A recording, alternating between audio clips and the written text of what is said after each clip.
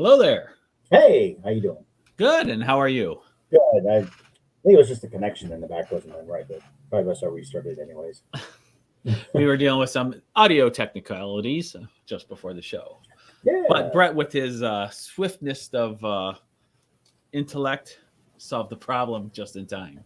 How are you doing Well, today, sir? doing good, doing good. I ran out early and shot for one of my good members that has my personal number and let me know she's placing an order. And she's one of the ones I like to make sure I take care of. Yeah, She's good people's and good that, people. so I like that. And so I've been up for since about 5, my normal time, 5 a.m. So Yeah. didn't get really sleep. I slept in a little bit, but not too much. So yeah, that. But other than that, how you doing? Doing good. Just FYI, your microphone sounds almost like you're like at a distance. Like it's like a little. All right, I'll check. Make sure I got the setting there. So I don't know if something's different on your settings, but yeah, things are going well on our end. We've had a good week. Life in real estate and all that fun stuff. Just busy with that, and then I'm excited. We'll be talking about Doctor Strange today. A lot of Marvel today. We both saw Doctor Strange, so we will be talking spoilers later on. We'll give you a warning when we get to there. Moon Knight, we'll review that whole series as well, and then there were some good. There's some Marvel announcements that came out. We got the release of the Thor picture with Jane and Thor with their new outfits. That looks really good. Yeah. So, yeah, a lot of fun stuff there. Okay. Now, how's my sound now? Much better, much better. Okay. I think it switched over to, I think it's like an integrated into the camera. And I don't like that because the microphones on those things suck. Yeah. Now you sound right. Yeah. Okay. Because I like using this good one here because then people can actually hear me. So Right. Very good. Yeah. Yep. So let's get our sponsors out of the way. And yeah, why don't you go ahead and start? Okay. Well, Team Titans Real Estate. Why? Because you matter. That's right. Even though we integrate the latest in tools and technologies to maximize your home buying and selling experiences, we never forget at the end of the day, it's still people business, and relationships are what our number one priorities are. I want to speak today to those of you out there who have second homes, maybe vacation homes, or even homes that you've used as investment properties over the years, and you've been holding on to them for a variety of reasons, trying to play the waiting game and, when are things maxing out. A lot of real estate is a really weird thing right now. There's a lot of ups going on, but we also have the reality of the economy as a whole. And those areas where a lot of second vacation homes are, we may have hit the peak. I'm, looking at different numbers, tracking different things. With the economy going the way it's looking, people are starting to unload those properties. And the demand for those second homes is kind of going down. So a lot of the optional purchases that are happening we're experiencing are getting put on hold. Doesn't mean the primary purchases aren't still hot. We're getting a lot of activity on those still, but it's the secondary home. So if you have a home you've been thinking about maybe unloading, this may be the perfect time to do it, because if you wait much longer, depending which way the economy goes, and all the projections I'm reading about where inflation is going is not looking good.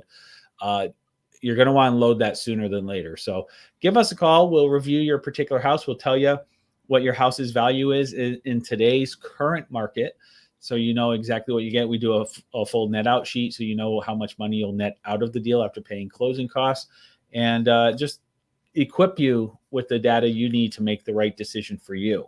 So give us a call. 586-232-5144 is our Team Titans hotline. You'll get either Jill Webler or myself when you call. And we're just here waiting for you. So, yep. And they raised another 0.5% on the interest. So yes. Yeah. That's the other thing we're seeing once again with those optional purchases. So when I say optional, people will have different life circumstances that happen that will require a change in housing. And when you're in those situations, you're kind of held captive by whatever the market conditions are, because you have to move. Your life circumstances are doing that. But in some cases, you don't have to move. You just want to move into a different house, maybe across town, but in the same school district or whatever. But it's optional. For those people, even doing a lateral move right now, will actually put you in a worse position. Let's say you have a $500,000 home, and if you've been living in that home for 10 years, let's say, your taxes are good. Your taxes get capped on how much they can go up each year. There's a maximum amount.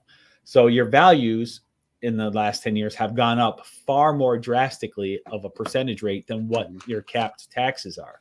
Right. So you're paying a very low income tax compared to people who are buying houses right now, because once you buy a new house, the market cap gets removed and you now get everything moved up to the price that you paid. So if you make a lateral move right now, between the interest rates going up, you're going to pay a lot more per month, and the tax increase you'll face, you're going to go up a lot more. So we're seeing a lot of the people who were thinking about moving just for a change of scenery, we're starting to see them back off too. So, they look at it, what's available out there. It's like, well, I might as well just stay in my home and fix it up, even though that's a problem too, because you call the concrete people and they're booking out a year from now instead of this summer, and they're all busy too. Yeah, and the prices are so out of control. I'll give you one example. My mother looked into a new garage door for the house, and it was a nice one, insulated and everything. It was a higher end door. It was $9,000 for it to be installed, the door and the garage door opener.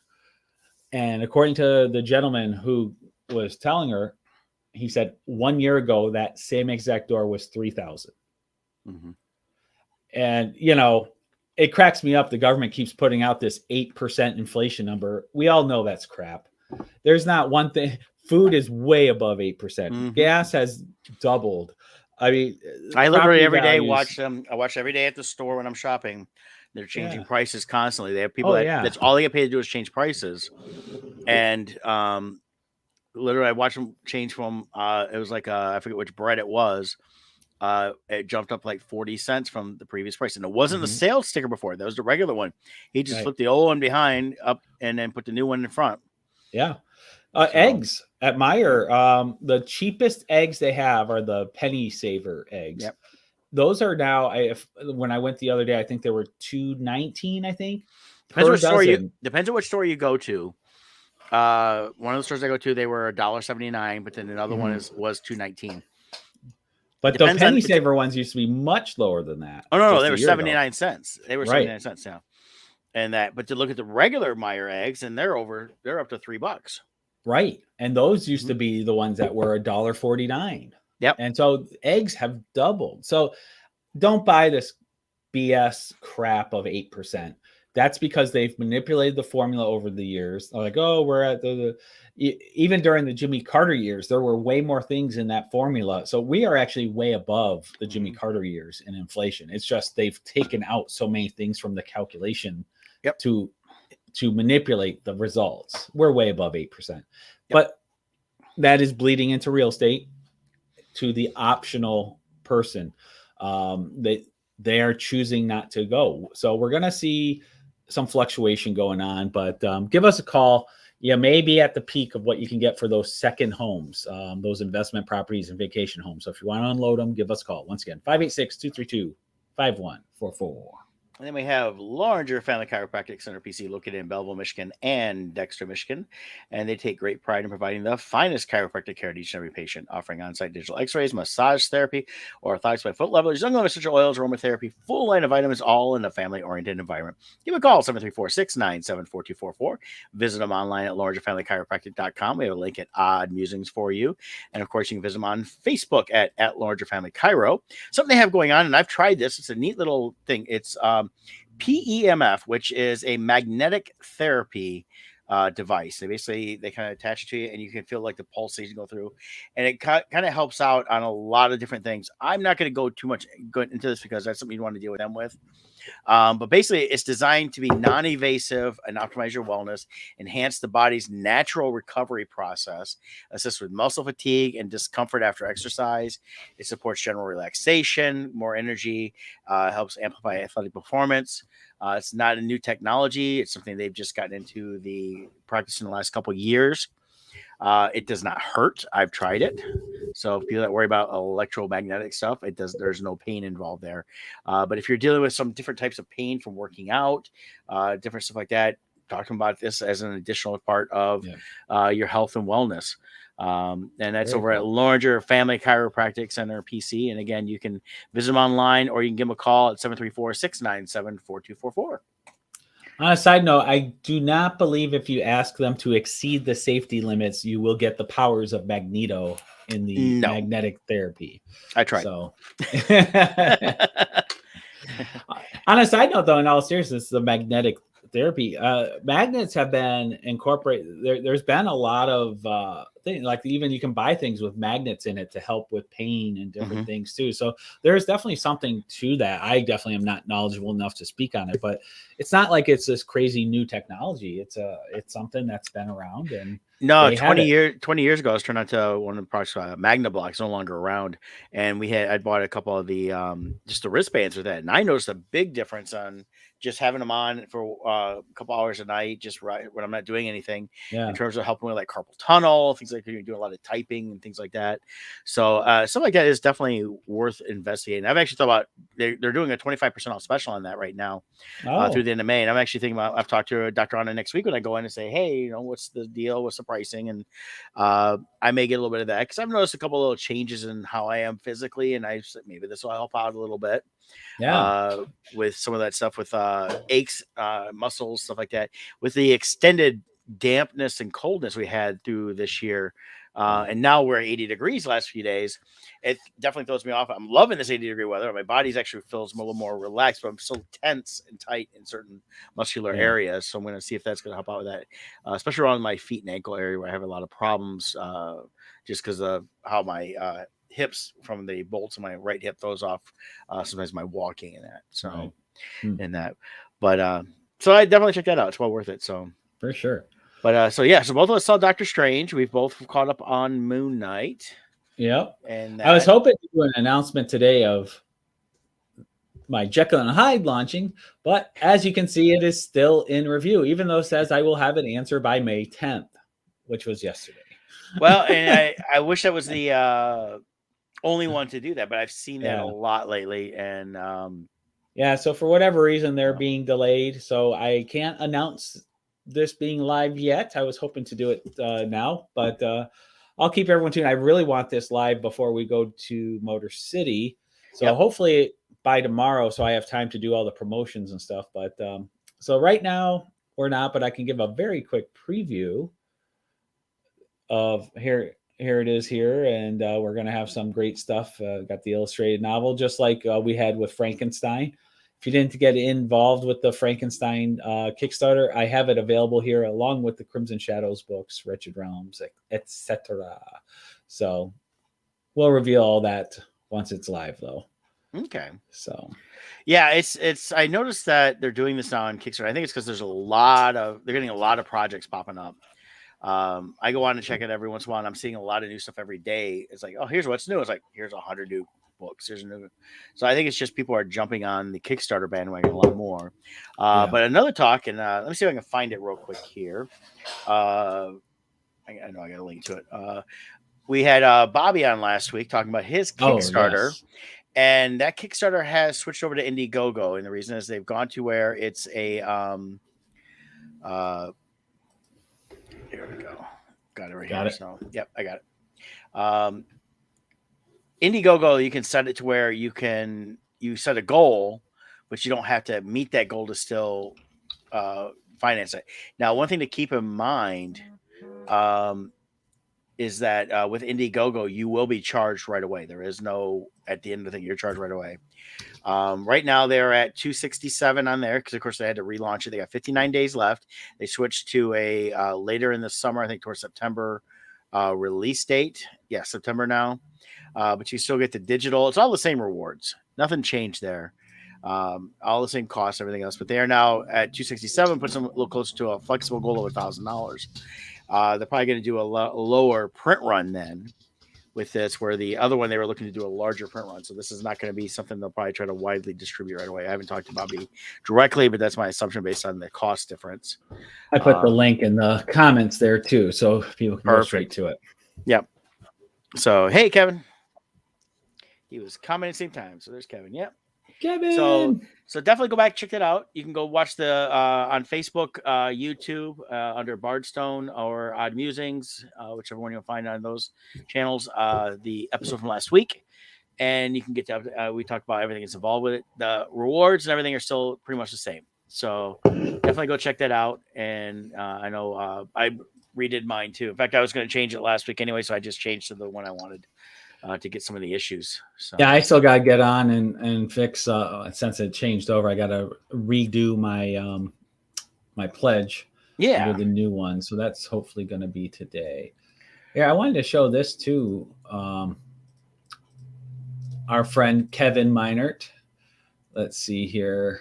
I'm going to share part of his Facebook page. He doesn't know this, but he revealed. He has some slabbed comics from Bardstone here. So look at these awesome Bardstone books. Shout out to both CBCS and CGC. Thank you guys so much.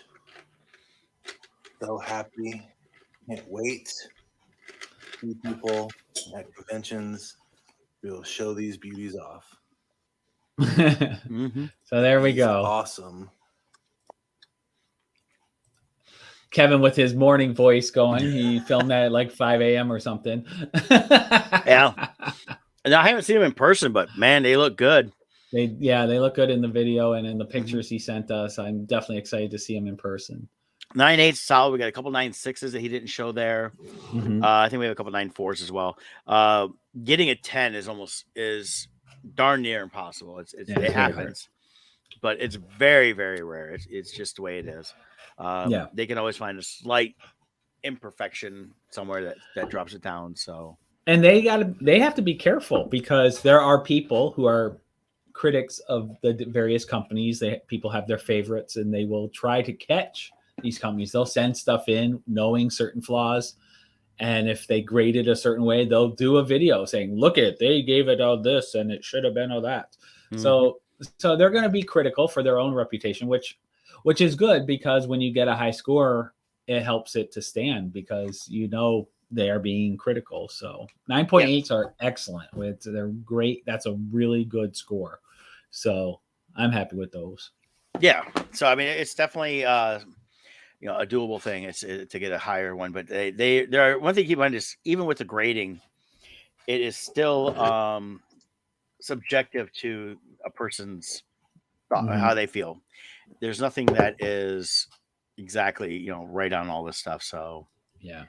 So wanted to share this real quick, and we can and get this out of the way. We had another passing. We lost Neil Adams. And then a good friend of mine, and I can say this because I've hung out with him. I've been to his house, went to Disney World with him. George Perez passed away. That's him with his lovely wife, Carol. He had prostate cancer. He announced it several months back. So it's definitely they knew there was nothing they could do. He made the choice not to go with any treatments, knowing that it may have prolonged his life only by a few months, but he would have had no life. Quality of life. No quality at all. So he decided to spend it mainly with his wife, Carol, of, I believe, 490 months. He always tracked the month. He used to like to post that. Yeah. He was 67 years old. He was a legend. I mean, in the industry, he like Neil Adams. He helped revolutionize through the 70s and the 80s, and he started doing comics when he was 16. He started working in the industry, and that he was been around for a little bit. And that so he was known by everybody. He was definitely a superstar in the genre. I got to know him personally outside of the comic realm. We'd see each other mostly at Comic Cons. And I can tell you this, the man outside of that realm was just as genuine as everybody says he was in that realm. Well, you've been able to even be to his house and be with him and his wife. And you like, I knew him from a distance. I knew him through Comic Cons as a fellow creator. And my interactions with him, he was and I think this is 100%. I don't recall anyone ever saying anything negative. There's other creators who people will be like, well, I like his art, but boy, is he a jerk. There Yeah. is no one. I have never heard anyone say that about George Perez ever. Not even like he had a bad day. Yeah. He is. loved the Yeah. fans, and I can Oh tell you yeah. this, he had done for several years, doing just sketches of shows for Heroes Initiative, which he was sat on the board, Right. and he worked to help give money out. A good friend of mine, Josh Metters, was they were giving him some money when he needed, helping out with things during his cancer treatments and that.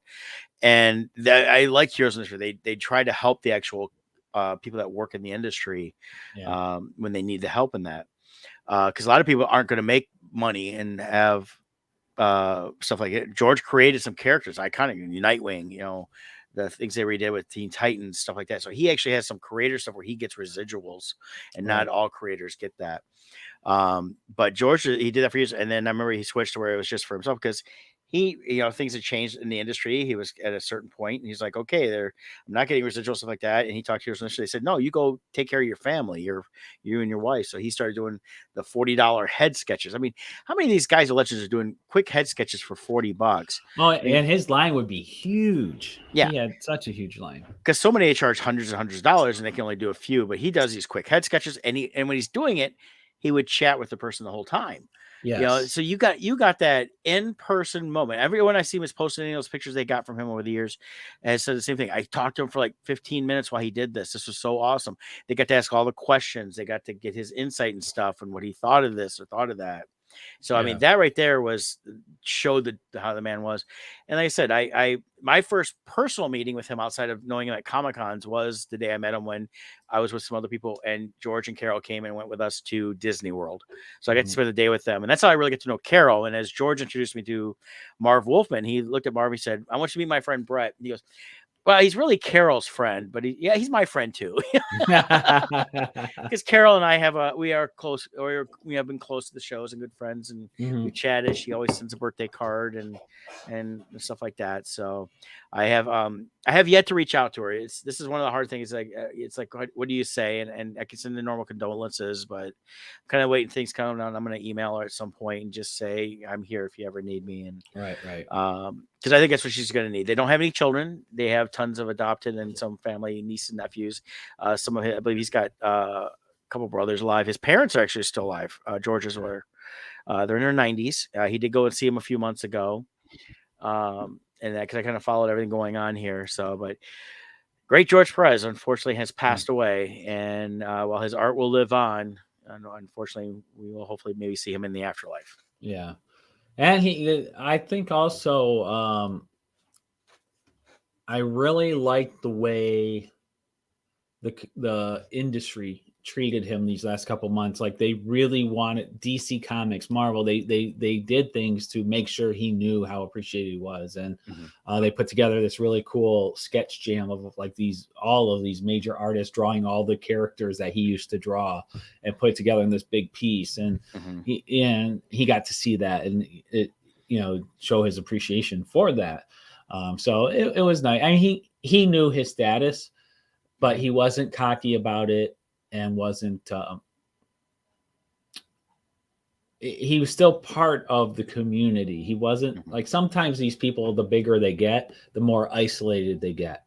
Yeah, kind of become disconnected. He never did that. So, yeah, here it is. I'm gonna share this. Yeah, there it is. Yeah, there it is, right there. And they're doing a tribute next month in all the DC comics to him. And you got Alex Ross in there, Todd McFarlane. And I love how they put him in the little corner there on the Teen Titans board there. Yeah. In his, I would. That's the shirt he always wore. He was known for those shirts. Carol made all his shirts. She had a bunch. He had a bunch of them. Oh, she made them. She made them all. Oh yeah. Oh, wow. See, Carol is vastly talented, and she loves to do. She's involved in dance, especially belly dancing, but she can definitely sew and costuming and things like that. Yeah. They're both very much Renaissance people, as like to say, involved in the arts and that. And I'm hoping she's able to continue that as things. Well, I mean, I know they're waiting for the world to open back up because they love to travel, and I know she'd love to get back to London. That's one of her favorite places. But they're both from New York, and that's where they both met. And they live down in Florida, in Sanford, Florida. There. But yeah, that's an awesome. I saw his drawing table. In fact, at his house, took Kevin Lean and I went. We had dinner with him and went back to the house and hung out. And he showed us the studio. And on the thing was he was finishing up some of the pages he's redoing when him and Marv redid that Teen Titans graphic novel they brought out.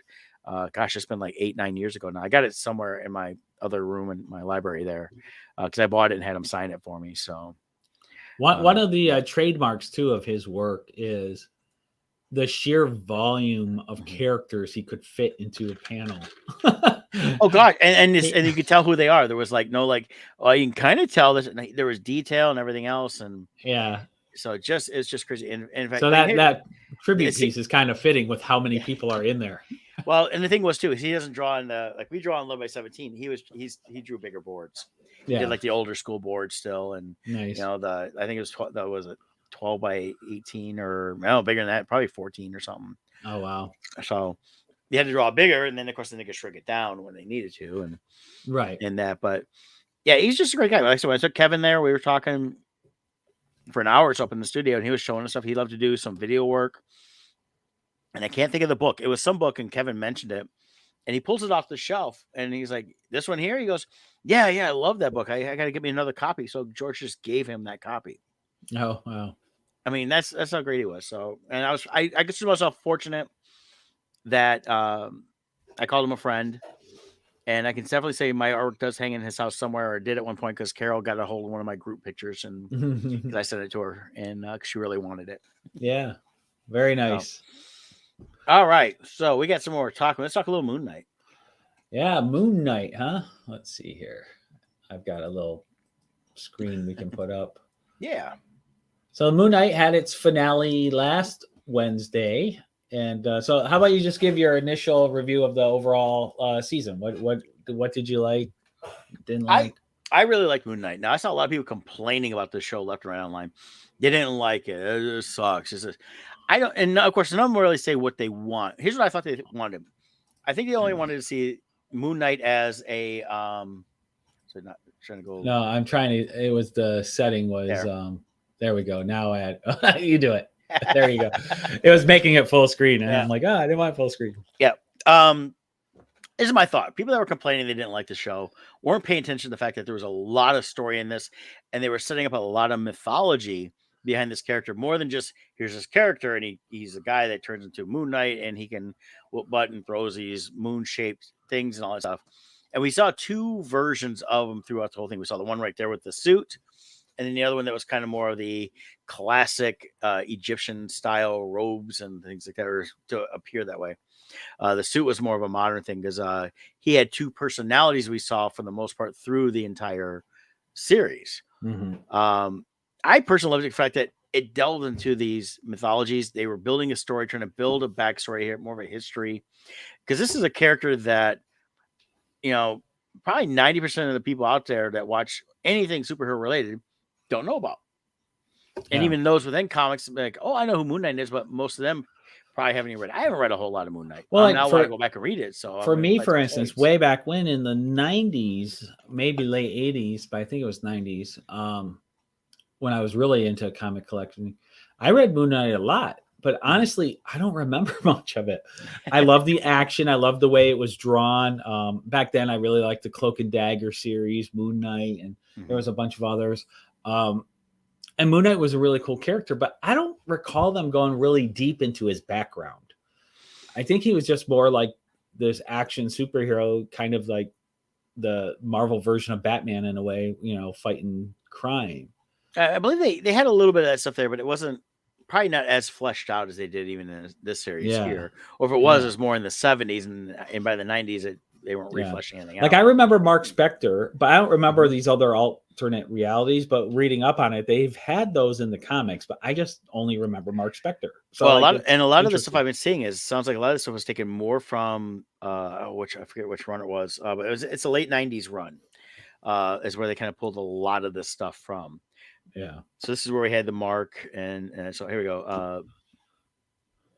Yeah. Yeah. See, that's the thing. People forget that Daredevil wasn't in costume that much the first season. So, I think that's a fair way to put it. He wasn't even in his costume first season. It was just a black outfit with a black mask. It wasn't until season 2. This was an origin story. And origin stories are never as good as once you get to the meat of things. The purpose of an origin story is to build a foundation. Right. That the rest of the stories can build on. I think they were very successful in that. They built a very strong foundation that they can go a lot of directions on. Yeah. I think. I think so. And I think it's as it goes forward now, because where they've gone through and they had their initial bad guy. Which again we're giving spoilers. So I mean, so he's been taken care of at this point at the end of the season here. We've also saw throughout the last couple episodes, because they were basically in the other realms, the separation for the Mark and what's the other ones? Mark and there's Mark Spector, Steven. And Steven, Mark and Steven, we'll get to the other one here in a minute. Yeah. They hinted at the third one throughout the whole series, but we got to see while he was basically in his head and was essentially dead. So he was in the underworld. The separation of those two characters, because there was two minds within the one, and we learned the origin of it, which goes all the way back to when he was a child, and him and his brother had been out doing stuff, and his brother died, and his mother blamed him. So he created the Steven aspect to cope with her abuse. Right. I thought that was a really great way they did it. According to the director, they have a scene that got cut where Steven and Mark confront the mother in the afterlife. And he said it was probably the single best acting in the entire series. And he really hopes Marvel will release it down the road, because he said that performance alone should get Oscar Isaac some major awards. An Emmy or something, yeah. Yeah. Well, and the thing is, they did change the naming at the end of the title. They didn't change the title of the episode, but originally it was series finale to season finale. Right. They have not formally announced season 2, and Oscar Isaac says he's not, at this point, doesn't know anything about it. Right. I think a lot of that's just posturing right now, or he can't say anything till some things are finalized and then they come out with it. Yeah. So, and then you've got this here. Yeah, the Scarlet Scarab, Layla. I have to admit, through the entire series, I wasn't crazy about Layla, but what they did in the finale with her character, I absolutely loved. I thought she was phenomenal. This is how you create female characters in my mind. You don't just hijack existing characters and just change them into females. This is her own character, and I loved it. I thought it was great. And in some ways, I'm like, this could be Marvel's version of Wonder Woman for their universe.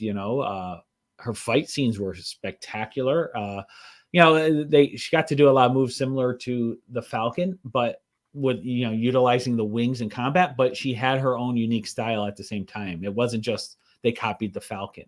Mm-hmm. She had her own things, and I absolutely loved her as this character. So I hope we see more of her. I do too. I liked her journey through this whole thing. She was kind of the Tomb Raider type character. She's as smart as Mark. That's kind of how they go together. Her and Mark really go together in that aspect. But yeah, it was neat that they introduced that character, and then of course she claims to only want to do it the one time, but I think that's going forward. We'll see a change in that too. As long as she gets a contract renewal. Yeah, I'm sure she will. I like the way they ended it with her and that. But yeah, it was one of the things I was looking at. They were questioning why she got it because of the Scarab. Why did he leave the Scarab behind? Well, the Ethan Hawke character didn't need the Scarab anymore. He got what he wanted. It was to find Amit, and they found him. So they didn't. And then we had with Khonshu and Amit, we did have a great giant battle in the background from the battle on the street from Mark and that. And it was interesting though. They killed the Steven character off, or sort of. He threw himself off the ship when they were in the underworld, ended up in the desert, and basically turned to stone. And they go back, and Mark goes back and saves him.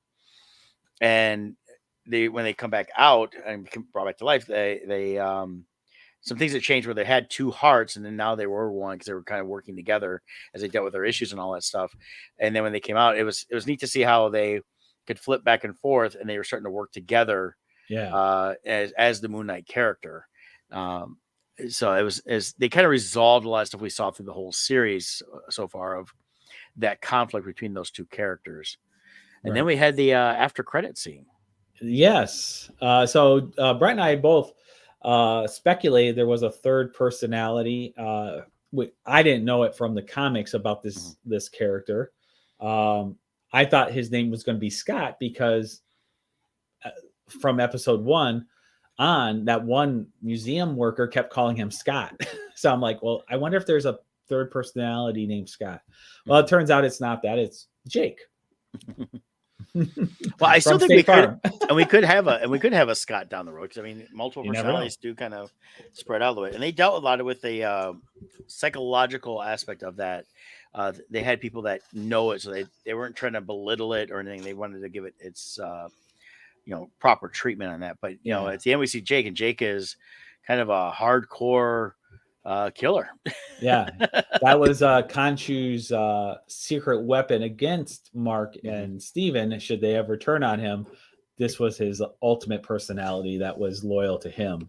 Right. So I did see an article. They had some psychological experts review the series, and they said it was spot on the way they had Oscar Isaac portray the multiple personality disorder and going back and forth and how he viewed the world around him. So they really gave it high praise for how they treated that. Yeah. So I had a lot of fun watching the series. I enjoyed it. I look forward to, if this was going to be where we never see him again, then I would wish for a couple more episodes where he's more Moon Knight fighting stuff.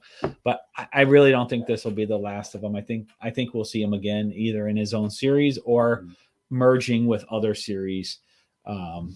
And showing up that way. So yeah, and of course, I think we're gonna see him. We're gonna see the Ethan Hawke character, because of course he was in the psychiatric hospital, and Khonshu's waiting for him, and he's got Jake, and it's the whole thing. I think there's gonna be some more of that coming in, but definitely I'm pretty sure we haven't seen the end of Moon Knight. I think it's gonna be something we'll see throughout this.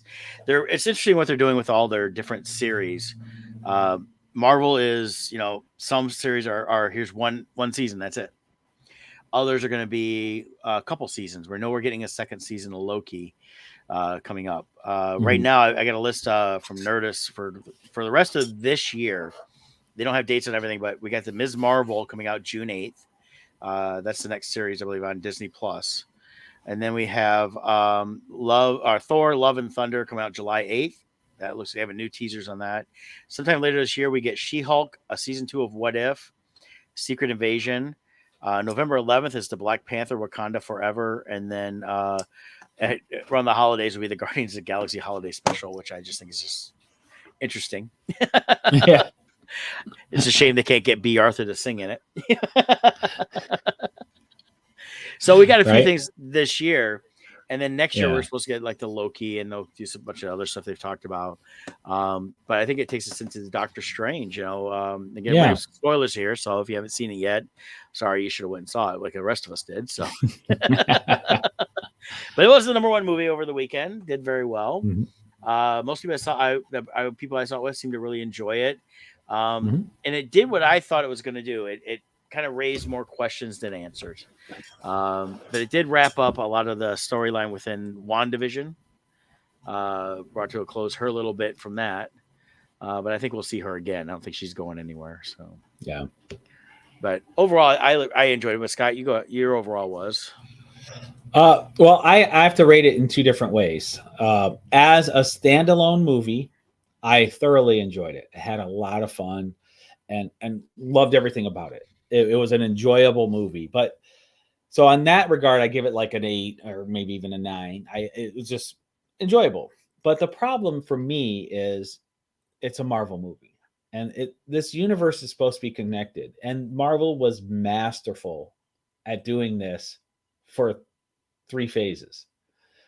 Ever since then, though, everything is falling apart in my mind as far as I feel like I'm watching when Sony was handling their series, or Fox handling the X-Men, where, well, continuity only loosely matters. I don't feel like the Loki series. I understand Feige is like, well, all these events wouldn't happen if not for Loki. They haven't tied any of it into anything. Eternals, you have this giant half being coming out of the earth. No one has mentioned that. I think that would cause some shockwaves. Like in phase 3, the blip was covered in everything. Because it was such a massive event, it would have affected people's lives. I think a giant being coming out of the planet would affect people's lives. For me, I feel like this was a perfect example of where fan service got in the way. I think the Illuminati could have been a perfect time to introduce the time variance police into the Marvel MCU from the series. I think when he went to that realm between the different multiverses, that would have been a great place to have the castle where He Who Remains lived. Even if they didn't have him in there, it could have been like Doctor Strange, the other variant of Doctor Strange took over that castle because it was empty or something. But like they kept, to me, Kang was supposed to be this massive bad guy that they're setting up. There's not been one mention of him in multiple movies now, multiple series. So it's just, for me, as a part of a larger universe, that's where it fails for me.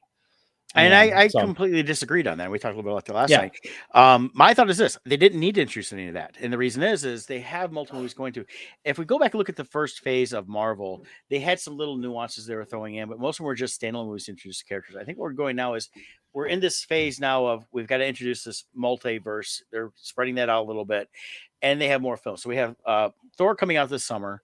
I think it's going to explore a few more of those aspects of the gods. I think we might see a little bit of even something from the Eternals there, just because we see Zeus in that. So if you're going to deal with the god aspect of stuff, that would be where it would fit a little more. When it comes to Loki and the TVA, to me, I've always felt that was going to go right into the Ant-Man because they've already talked about the fact that the TVA appears to be in the quantum realm. So with it being in the quantum realm, and Doctor Strange was in Earth, was it 880, I believe it was, and not in the quantum realm itself. He was dealing with two different... But they did have the area between all the universes. Correct. They flew through that. And to me, that's where that should have been. Well, see, I think that's where the Book of Ashanti was. But I think that would have stalled the movie itself by having that in there. It would have added too much in there. I think what it gave was the fact that we were dealing with this one issue, which was, the Book of Ashanti dealing with the Book of the Dead, Scarlet Witch had, and dealing with that aspect, plus some aspects from the What If. The Illuminati aspect, I think the Illuminati truly was fan service. And the best part was they killed every fucker off. And I'm going MA on this one because I was sitting there cheering. Whoa, Brett went big with the... Yeah, because I'll tell you this, and the reason is because everybody goes, oh, we got to have this and we got to have that. And everybody's complaining like, it wasn't what I wanted. No, it's never going to be what you want because we're still in this new phase of rebuilding and brand new stories. They already said they're not building towards a definite Avengers event like they did before, which they didn't even know that until they got to Thor, until they got to Iron Man 3, and they started introducing other movies like, hey, we could build to an Avengers now. So I think that's what we're at is this little thing. And if they introduce too much stuff in one film from the stuff they've introduced in the TV shows last year, it's going to be, they're not going to have enough content. It's going to be an overload where everything's like, here's this, and we're not going to give you any detail. Where now we dealt with the Scarlet Witch stuff. So Thor's going to deal with another aspect we've seen. The Black Panther, Wakanda Forever, I'm not sure what all that's going to deal with other than fallout from Endgame. Because it's going to have to deal with some of that stuff here. And right now we know we're not going to see, and they're going to have to eventually deal with the idea that they don't have a Black Panther because, we lost a great actor that played him. So we're going to have to come up with a new one on that. And then when they get Ant-Man out, which they changed the release date next year for it, I think Ant-Man is the key to a lot of all this. It's going to bring a few things together. And then when it goes into the Guardians of the Galaxy, then they're going to tie up the rest of that stuff and then launch into the other movies. I believe with seeing what's his name that played Reed Richards and Doctor Strange. Yeah, he'll be back. Yeah, he's going to be back. That was also known as Jim. Yep. And then seeing Patrick Stewart as a 90s version of Professor X. He did that as animated. He did it as a favor, but he's already come out and said he's done doing that. And I think a lot of it has to do with the fact that if you watch him in Picard, he just said the interview I just saw said he'd be willing to come back. See, I've seen so many different things on that. He's been saying he was done. I think if he came back, it would be just small one. He will not. I think if he just come back, it would be the small versions of that. The unfortunate reality of Professor X, aka Patrick Stewart, is Patrick Stewart, his age is catching up to him. He was kind of he looked the same age for about 50 years. But he is starting to come across as frail and old. And you hear it in his voice, especially in You do. Picard. You heard You it in do. Doctor Strange 2 or Doctor Strange Multiverse of Madness. And I think he realized that too. And he did Logan, and so for him, But he's Logan, I already- loved how he played himself. Yeah. He played himself as frail and old. right. And And I think a lot of that is why he's really not looking to do any more full movies. He like this. He made an appearance like this, and they did a variation of it. So and they had a different, the Black Bolt, and I did love the way Black Bolt died. That was great. which was Anson Mount or Anson. What's Anson's last name? Mount. Mount, yeah. He plays from Mount. Star Trek. Strange He was Worlds, yeah. in right, and he played Black Bolt in the failed Inhuman series. So they did bring that actor back to kind of try to give some honor back to that character by having him play it in the MCU. So I thought they did a good job. And he blew his own brains out. That was an interesting way of. I did like how they killed off all those characters. It was an interesting cycle. I would say though, Steve Rogers, Captain America, would not have ended like Captain Britain did.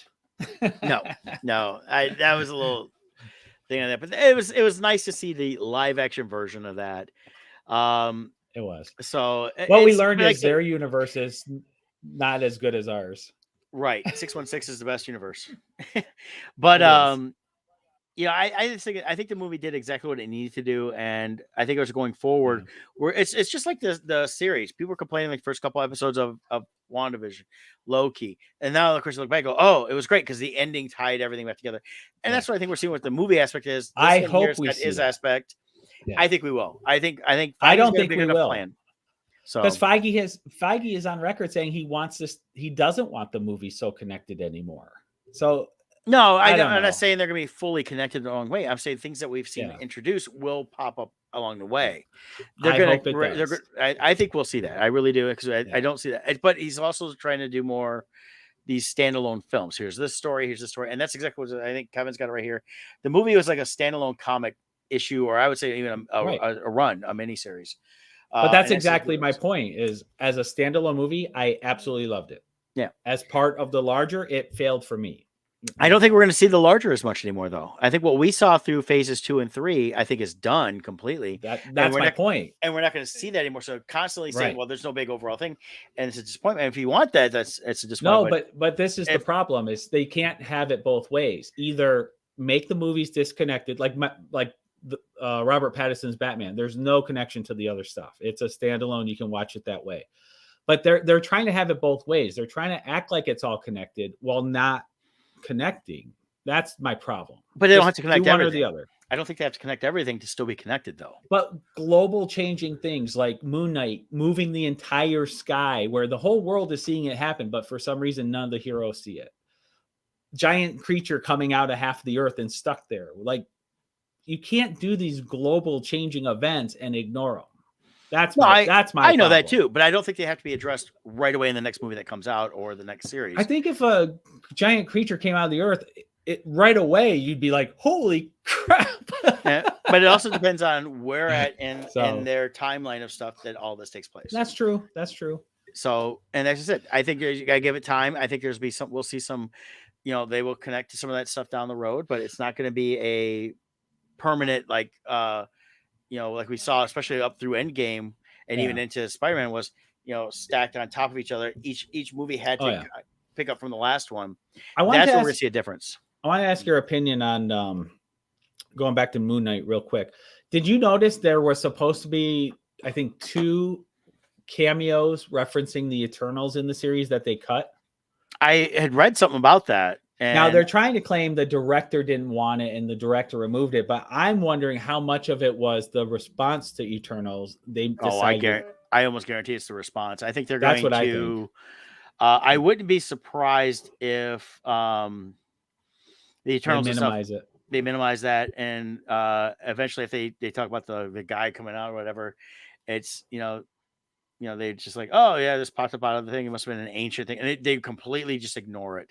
Yeah, because the Eternals itself as a film doesn't even really work, in my opinion, as a standalone film. I And agree. definitely doesn't work as tying it into all the Marvel stuff that they did before to this. Because I mean, all the stuff in that one, actually, the problem with that one really was taking place during the time of Thanos, and they weren't even part of Thanos, and they come out of nowhere.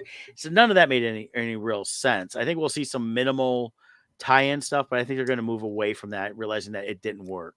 Yeah, I really think the really only connection they're going to keep is the end credits and stuff, where they're bringing about a Galactus, which is going to be Fantastic Four, obviously, and then other things. Now, Kevin's saying it's a different universe. Well, I thought that too, but they made it sound like it could have been. Now, that's the other thing they could do, is because we already know that Thanos took place in like the universe we saw, the 880 during Doctor Strange. So it could be that, okay, hey, this is not in 616, this is in a different one. So it has nothing to do with the 616. And if they do other stuff based off of it, it won't tie into some of the other movies. That's where they can get in trouble, though, having too many universes, though. Yes.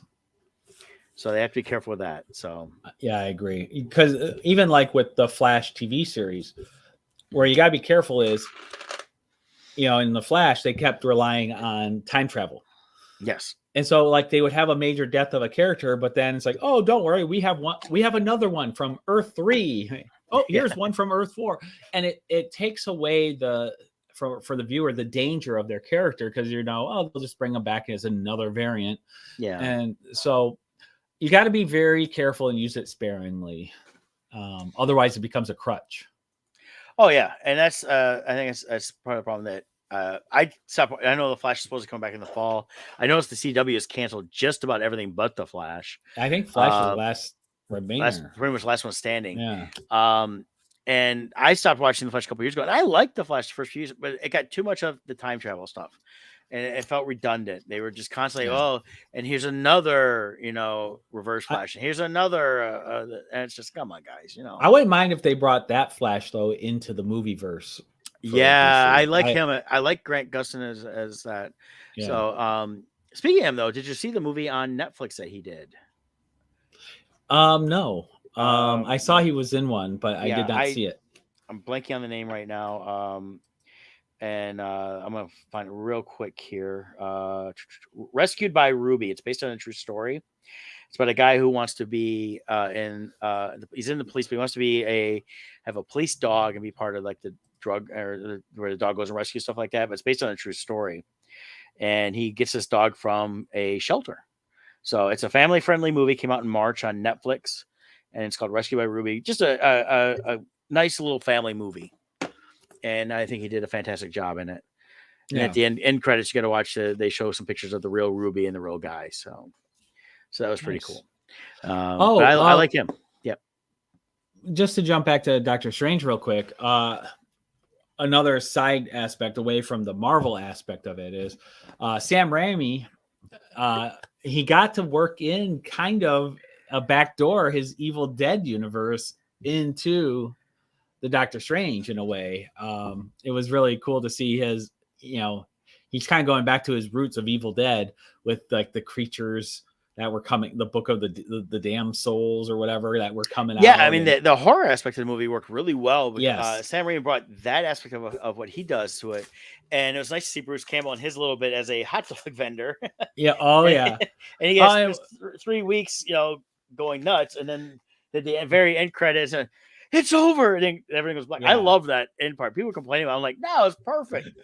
We don't need a tie into Evil Dead. We just needed him going, it's over. That was kind of reminiscent of the one with Captain America, where he comes out and sits down and he's like, I forget exactly what he said, but something to the effect of like, movie's over, why are you still here? Or something like that. Well, Deadpool did that too. As a play off the Ferris Bueller, he come out and he goes, you're still here? Oh, yeah. Go home. But we should mention the mid-credit scene though, because that will be important. Yes. That now, of course, they had not fully announced that Cumberbatch was coming back as Doctor Strange, but they did in the movie. So Doctor Strange will return. Yeah. So we know that, but it's got I believe it's Clea Strange, and she was from, I looked this up, she is from the same realm that Dormammu from the first film was. Yep. And in the comics, she was an apprentice who eventually became a love interest. So they kind of wrapped up the whole love story aspect of him from the first movie through the what if stuff they dealt with. So now he can move on and not be clinging to the woman he was in love with. So, and it was played by Charlize Theron.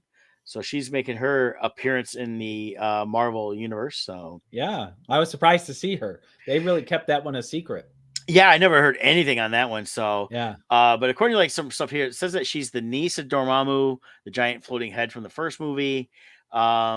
She's not as strong, but she's a formidable sorceress, but not as strong as Doctor Strange. So it's to see what they do with that going forward. What child did? So wait a minute, that'd be the sibling of Dormammu. She's the niece. How is Charlize Theron niece?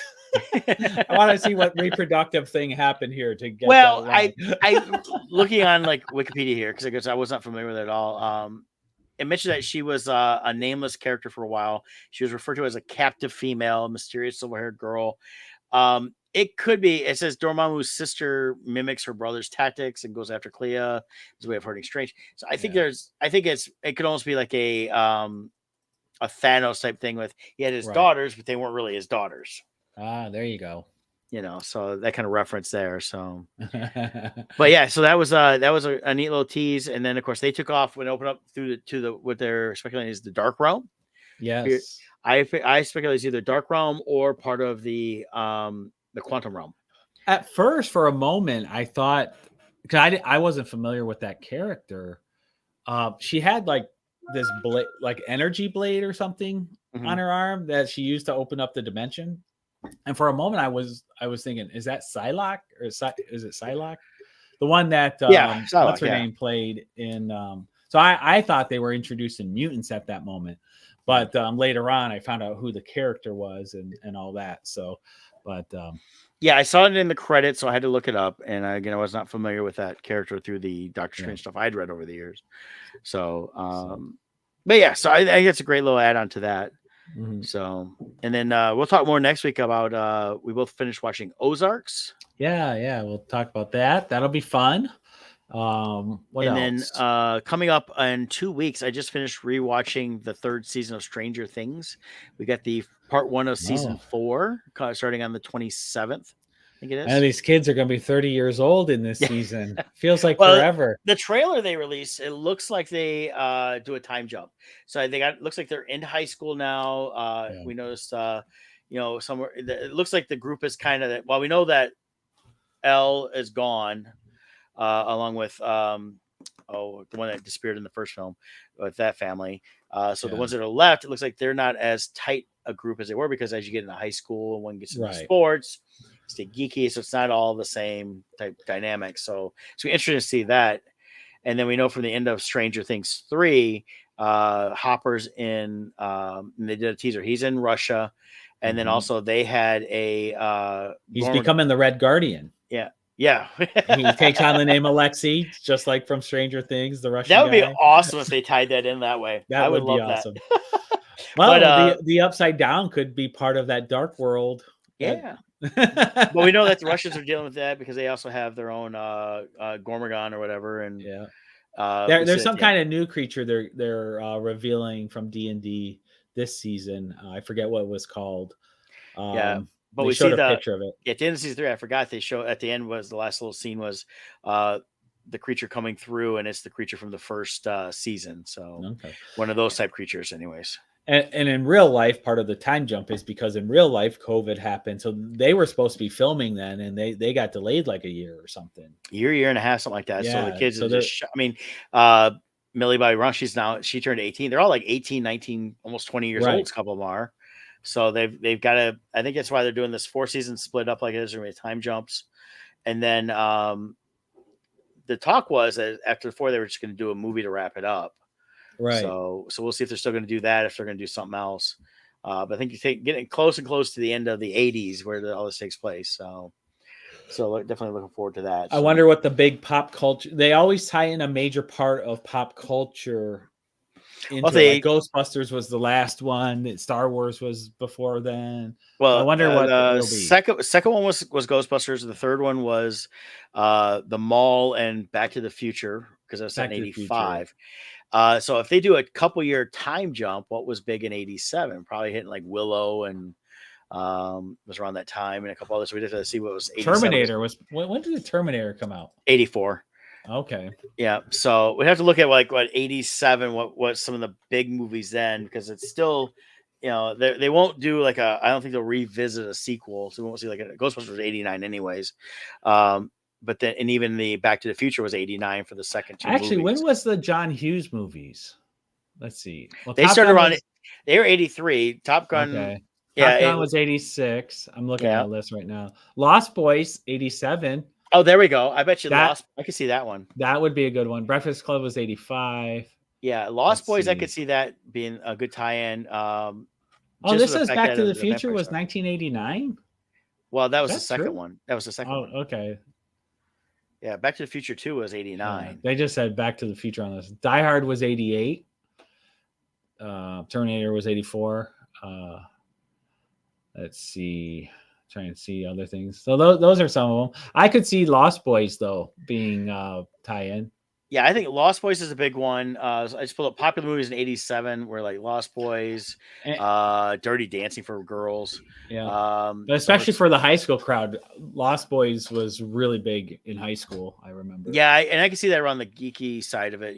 With especially Spaceballs, Inner Space, Running Man, Masters of the Universe, RoboCop. Oh, RoboCop was big. When did that come Yeah. out? That was '87. That was '87. okay. Oh, Nightmare on Elm Street. The Dream Warriors #3 came out then. Oh, that was my favorite one. I like the Dream. That was a Warriors. really good one. Yeah. I love the concept where they were battling. Here we go. Freddy. 1987 Monster Squad. Oh, So There I can you see go. Monster Squad tying in with Lost Boys, and that would work. yeah. So Well, we'll see what they let's see if the Wolfman. do.